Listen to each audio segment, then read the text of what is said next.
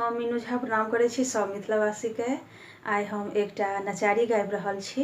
एखन सावन चलि रहल यऽ तऽ खास ई नचारी सावनके लेल अछि और एहि गीतके रचनाकार MM झा जी छथि। उम्मीद करै छी अहाँ सब जरूर पसंद करब। नीक लागत तऽ बेसीसँ बेसी लाइक शेयर करब। धन्यवाद। जय मिथिला, जय मैथिली, हर हर महादेव।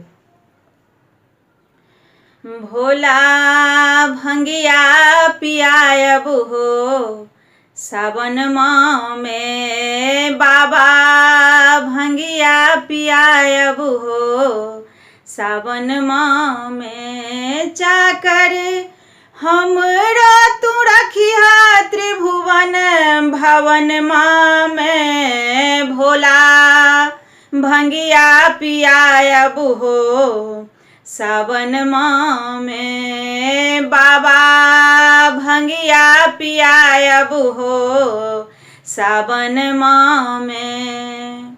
चरण तोहर गंगा जल सा पखारब, चरण तोहर गंगा जल सा पखारब।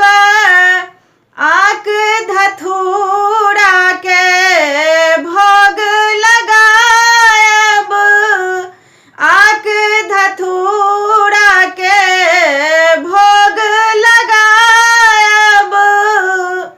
तोहरे बसहा चरायब जाके वनमा में। भोला भंगिया पियायब हो सावन में, बाबा भंगिया पियायब हो सावन में। चाकर हमरो तू रखिहा त्रिभुवन भवन में। भोला भंगिया पियायब हो सावन में।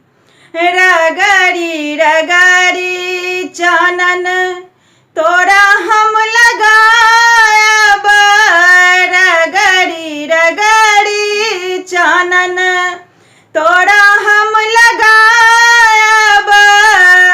भस्म विभूत अंग अंग में सजायब, भस्म विभूत अंग अंग में सजायब।